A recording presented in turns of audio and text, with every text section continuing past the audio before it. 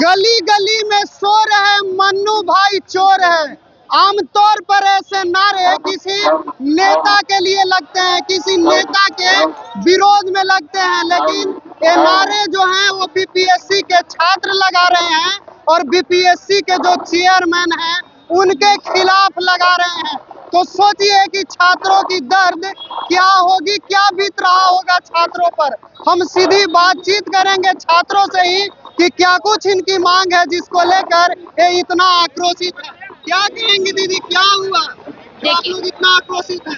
यहाँ पे देखिए मांग ये आ रही है कि ना बहुत सारी जगह पे सेंटर्स पे पेपर ही नहीं मिले, 12:30 बजे तक पेपर ही नहीं मिले और कई जगह पे ग्रुपिंग में करके ओएमआर को फिल कर रहे थे। ठीक है, कई जगह सोशल साइट्स पे ये भी देखने को मिला है कि माइक में आंसर बोला जा रहा था और इस तरीके से अभी देखिए कुछ दिन पहले आयोग ने बोला कि सिर्फ बापू परीक्षा परिसर जो है उसका एग्जाम रद्द करवाएंगे, बाकी किसी और सेंटर का नहीं। आप भी मीडिया कर्मी है, आप जानते ही हैं कि बापू परीक्षा शिविर जो है उसकी स्ट्रेंथ क्या है, कितने एस्पिरेंट जो है उसमें आ सकते हैं। 12,000 बिहार में 38 जिला है। ठीक है, 38 जिला में से 5-6 जिलों को मिला के बच्चे उसमें आएंगे।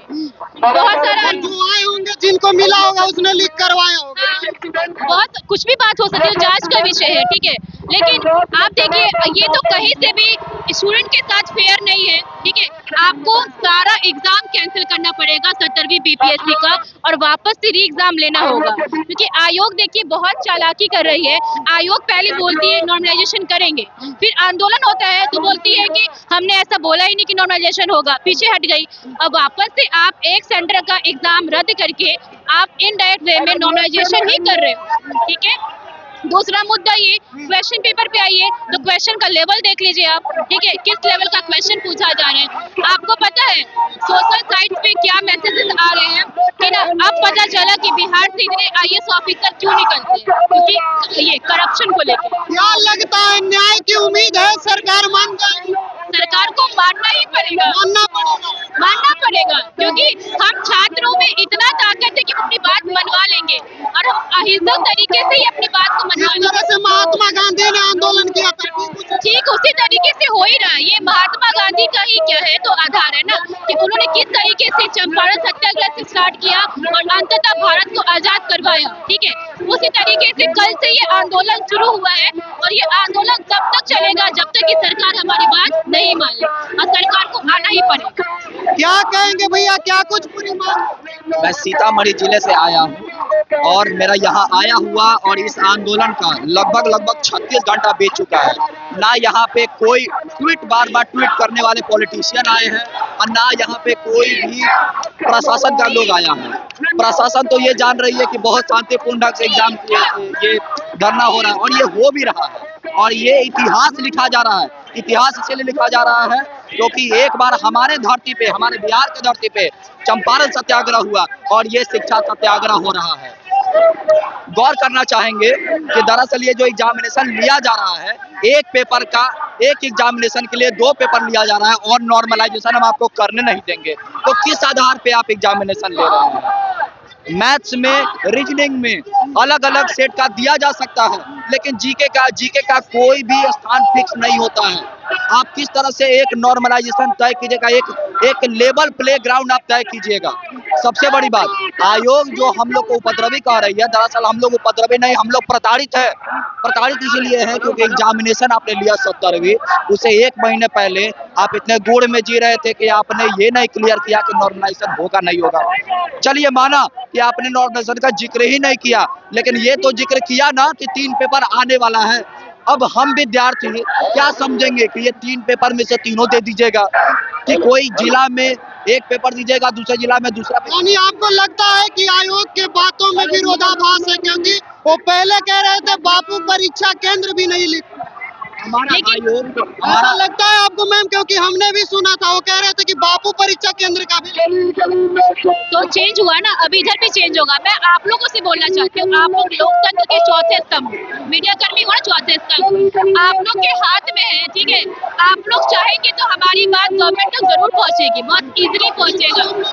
तो आप लोग प्लीज जो ऐसे ट्रेंडिंग में आने के लिए जो न्यूज दिखाते हैं ना, वो मत कीजिएगा। आप लोग रियल में हमारी मुद्दा को पहुँचाइएगा। तो आप लोग बहुत कारगर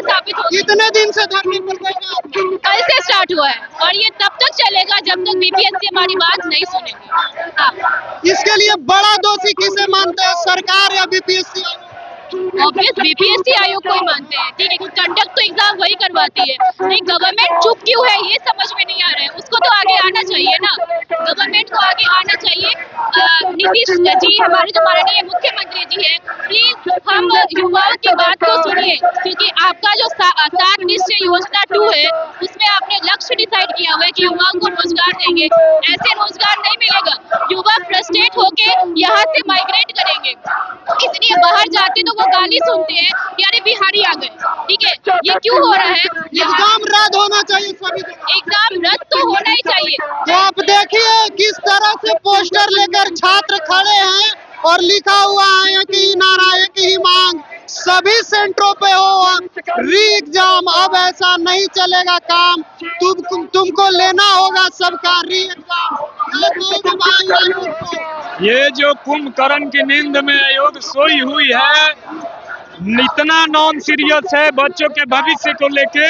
13 तारीख को एग्जाम होने वाला है, 6 तारीख को जो बच्चे कहते हैं कि हम मूवमेंट करेंगे तो 6 तारीख को एडमिट कार्ड जारी किया जाता है। नॉर्मलाइजेशन का कहता है कि कोई चर्चा नहीं हुआ है, और कुंभकर्ण की नींद में सोई हुई आयोग आखिर ये बात उठता कहां से है? एशिया के सबसे बड़े परीक्षा केंद्र पर नाक के नीचे, सरकार के नाक के नीचे पेपर लीक होता है। क्या लगता है जानबूझकर इस तरह की चीजें की गई? बिल्कुल नहीं, ये आयोग की नॉन सीरियसनेस है। ये आयोग इस पे एक्शन लेगा ना, उसका अपना व्यवस्था देखना चाहिए। जानबूझकर ऐसा किया गया नहीं, छात्रों को बदनाम करने के लिए आयोग ऐसी बातें कह रही है, प्रपंच रच रही है। यहाँ हम लोग मूवमेंट कर रहे हैं, अगर यहाँ कोई अराजकता फैलती है तो इसका जिम्मेवारी यहाँ के लीडरशिप का है। तो वैसे एग्जाम का जिम्मेवारी आयोग का है। आयोग के रहते क्यों अराजकता व्यवस्था फैल गया, कैसे फैल गया? आयोग को इस पर सोचना चाहिए। आयोग बहाना बना रही है। आयोग अपनी कमियों को छुपा रहा है। मैं इसको आयोग का क्राइसिस ऑफ क्रेडिबिलिटी मानता हूँ। हमारा फंडामेंटल राइट का रोज वायलेंस किया जा रहा है आयोग के द्वारा। हम लोग लड़ाई लड़ रहे हैं, हम लोग री एग्जाम लेकर मरे। हम ये बताना चाह रहे हैं कि जो हमारे चेयरमैन साहब हैं, जब वो बोल रहे हैं कि वी आर नॉन सीरियस, पहले नंबर तो उनके बातों का कोई भी विश्वास नहीं करेगा। बोलते हैं कि यूपीएससी के पैटर्न पे क्वेश्चन 50% आएगा, और छपता है एग्जाम ये न्यूज़पेपर में कि 50% क्वेश्चन आएगा, और देते हैं बिहार पुलिस से भी नीचे। हम बता रहे हैं कि मेरा अभी डैप है, आईएएस का इंटरव्यू मेरा है, ठीक ना। मैं पिछले बार आईएएस का इंटरव्यू भी दे चुका हूँ। ये देखिए मेरा यूपीएससी का इंटरव्यू, ठीक ना, और यूपीएससी का इंटरव्यू। और लोग बोलते हैं कि वी आर नॉन सीरियस। हम लोग नॉन सीरियस, यहाँ पे सब नॉन सीरियस है। किसी को समय नहीं है कि मतलब कि कहीं ना कहीं उनकी बात ही नॉन सीरियस। वो नॉन सीरियस, उनकी बात का कोई वैल्यू है ही नहीं, कोई वैल्यू है ही नहीं, कोई वैल्यू है ही नहीं। हमें लगता है कि पेपर 4 होता है यूपीएससी में, इथिक्स एंड इंटीग्रिटी। उसमें क्या होता है कि डायलेमा का सिचुएशन होता है कि अगर डायलेमा में कोई सिचुएशन में फंस जाता है कि हाउ टू मेंटेन, लेकिन वो सिनेरियो है ही नहीं उनके पास। अब बताइए यहाँ पे ये जो बच्चे हैं, कुल मिलाकर बात यही है कि री एग्जाम होना चाहिए। चलिए, तो छात्र जो है वो री एग्जाम के लिए अड़े हुए हैं, और इनका कहना है कि री एग्जाम से नीचे कुछ भी मंजूर नहीं है। बिहार आंदोलन की धरती रही है। महात्मा गांधी ने जिस तरह से अहिंसक तरीके से आंदोलन किया था, हम लोग भी तब तक डटे रहेंगे जब तक बीपीएससी 17वीं की परीक्षा का जो पेपर लीक हुआ है उसे मान लिया नहीं जाता है, जब तक परीक्षा रद्द नहीं कर दिया जाता है। इनकी मांग है कि बीपीएससी 17वीं का पेपर लीक हो गया था और इसकी परीक्षा रद्द कर दिया जाए। आप क्या सोचते हैं छात्रों की मांग पर? कमेंट बॉक्स में जरूर बताइएगा। फिलहाल के लिए इतना ही, बहुत बहुत धन्यवाद।